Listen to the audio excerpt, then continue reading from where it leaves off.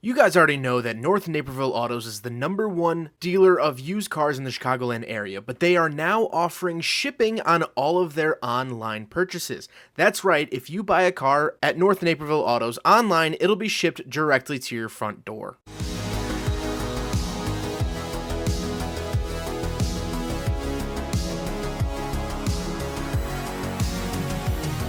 Alright, what's up guys? My name is Zach, and today I am driving a 2006 Chevy Monte Carlo LT.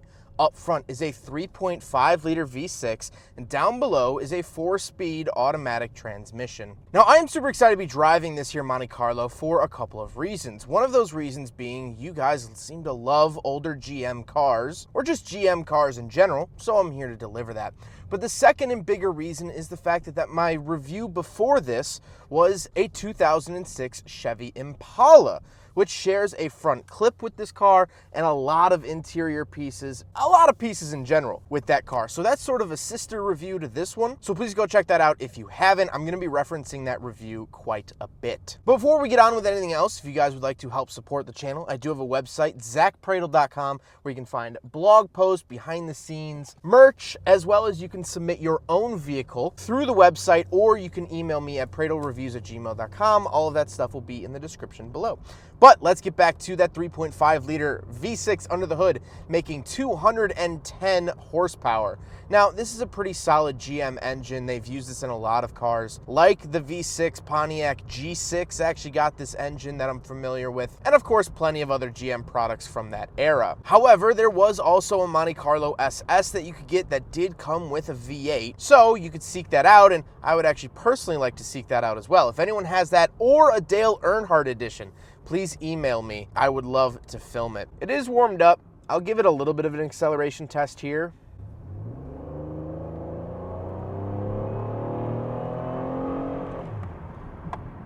Not bad. Not bad at all. Like I said, paired to it is a 4-speed automatic. It's fine. It's a pretty numb automatic from the mid-2000s from GM. It's nothing crazy. It's not dual clutched. It's not anything spectacular.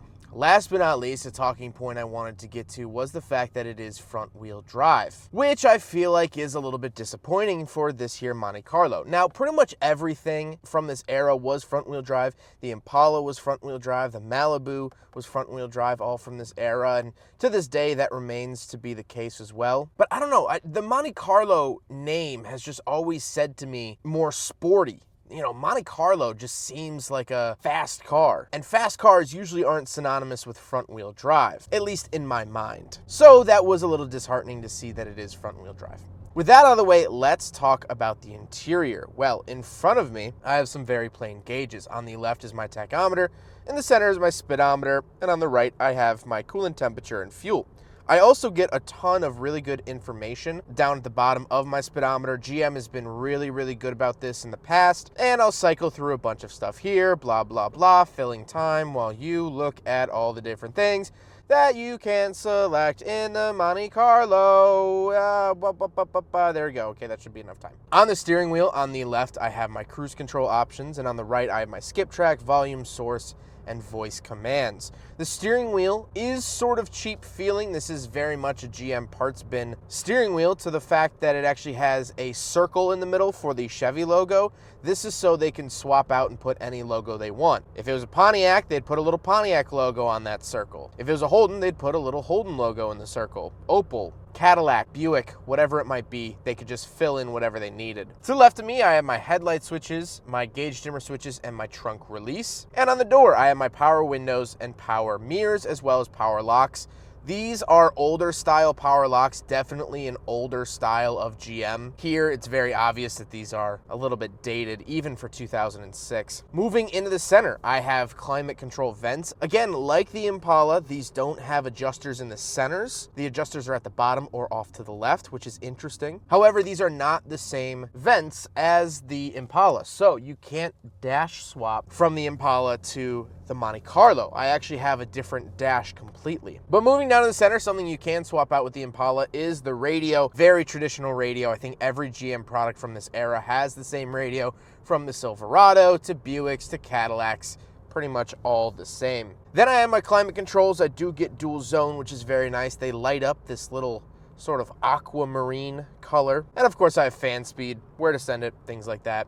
And then I have a 12-volt outlet down below. And we get to the shifter. The shifter, again, like the Impala, is unlabeled, which is kind of annoying, especially for someone that reviews a lot of cars. I get in and out of a lot of cars. I'd like that extra satisfaction knowing that it's in drive when I move it. However, there is a selector dial up on the dash, so not the end of the world. But down below the shifter, we actually have different cup holders than the Impala. So let's do a big friggin' bottle test. And unlike its Impala brother, it passes. The rear cup holder actually accommodates the big friggin' bottle quite well, might I add. And that is spectacular. The Monte Carlo gets a pass on the big friggin' bottle test. Now we gotta talk about the seats. The seats are cloth. They're nothing really to write home about. They're fine, they're comfortable enough. However, something that I am struggling with a little bit, I'm 5'11", and my head is about to touch the ceiling. Now, I can lean back a little bit, but I don't like being leaned back while driving. And this is all the way down. I have it adjusted all the way down. I can lean back like I said, but I don't like being leaned while driving. So this is my driving angle, I guess you could say, and I'm getting pretty close to hitting the ceiling. So if you're taller than 5'11", you might start to have issues, but if you're okay with leaning back, you'll be fine. But speaking of seats, even though this is a coupe, we do have back seats, so let's go do a back seat review. Oh God, I'm stuck. All right, so we're in the back of the 2006 Monte Carlo. Couple of things to note back here. Getting in and out of this car is absolutely terrible to get in and out of the back seats. And it's not because I'm a bigger guy, which I am and I fully recognize. The door is so long. It's about 36 feet long, and it just smashed my leg because it's so heavy and it wants to close. This seatbelt seriously gets in the way, and the actual door ends way before the seat starts. There's a huge gap.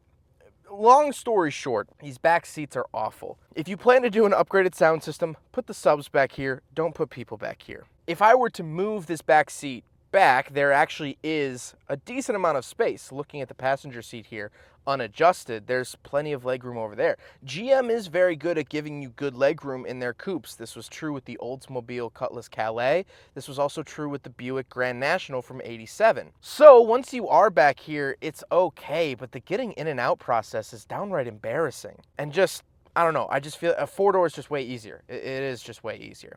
Let's take a quick look at the trunk, and then we'll talk about the looks. All right, so we're on the back of the Monte Carlo. Pop it from inside, and you do get a giant trunk. This is one of the big redeeming factors of the Monte Carlo. Pretty much all GMs from this era have great trunk size, really, really impressive. And I've never seen something like this. Take that off first, and then you can pop up, and you do get a spare donut tire, which is nice. And now we gotta talk about the looks, and the front end is very much the Impala. It shares headlights, a grille, a hood, everything with the Impala. However, once we move towards the back, this is where you start to notice that it is very, very different. Not only the fact that it's two doors, but the back is sculpted in a completely different way. Sort of has a fish back to it, or a fast back, or whatever you want to call it, which is quite interesting. And what's funny is that the front feels fresh, but the back feels outdated. It's really strange to me. I don't know how I feel about it. I always post the thumbnail photos from the front because, you know, that's the face of the car, the recognizable part. But of all the cars I've ever reviewed, all 704 or 703, I forget what number this is one of the only cars I would actually want to post the thumbnail from the back. But alas, we have to stick with tradition. I think it's interesting, and so that ties into my final thoughts. What do I think of this here 06 Monte Carlo? Well, I think there are definitely good and bad attributes to it. I like the 3.5 V6. I always have. I think it makes decent power for what it is, and definitely for the era. I like the idea of a two-door, and I like the continuation of the Monte Carlo badge. I've always had an attraction to Monte Carlos, even though this is the first one I've actually ever reviewed. But I think there are a lot of downsides as well. There's a lot of cheap GM plastic and rubber in here. It's not a very nice place to be. I like the idea of a two-door, but in practicality, it's not great. Fitting my body back there is not easy. Now, granted, in most coupes it's not, and that's across the board of coupes. But having just gotten out of the Impala, 4 doors, bigger engine, same front end looks, I don't know. That seems more attractive to me. Now, I will admit that this Monte Carlo is a rather insignificant Monte Carlo, meaning it's not the SS version. It doesn't have the V8. It's not the poster child. It's also not the Dale Earnhardt Jr. edition, which again, if anyone has, please email me. So I guess I can't be too hard on it. If you wanted a front-wheel drive V6 coupe from Chevy, well, here it is. And it's quite weird. Quite weird. Well, I hope you guys enjoyed the video. Huge thank you to North Naperville Autos for letting me take out their Monte Carlo. This is definitely very interesting. I'm glad I was finally able to get behind the wheel of a Monte Carlo, and that's all thanks to them. They are Carfax certified, as well as they do offer financing and to-your-door shipping for all vehicles. They're actually shipping out that GS400 I reviewed a couple months ago. They're sending that down to Georgia for very low cost to the buyer, which is fantastic. So even if you are not in Naperville or the Naperville area, you can still purchase from North Naperville Autos. They're very familiar with shipping and they will take care of it. They're absolutely awesome, and a huge thank you to them for letting me drive their cars. But I hope you guys enjoyed the video. Don't forget to rate the video, comment on the video, and subscribe if you really liked it. Take care, guys.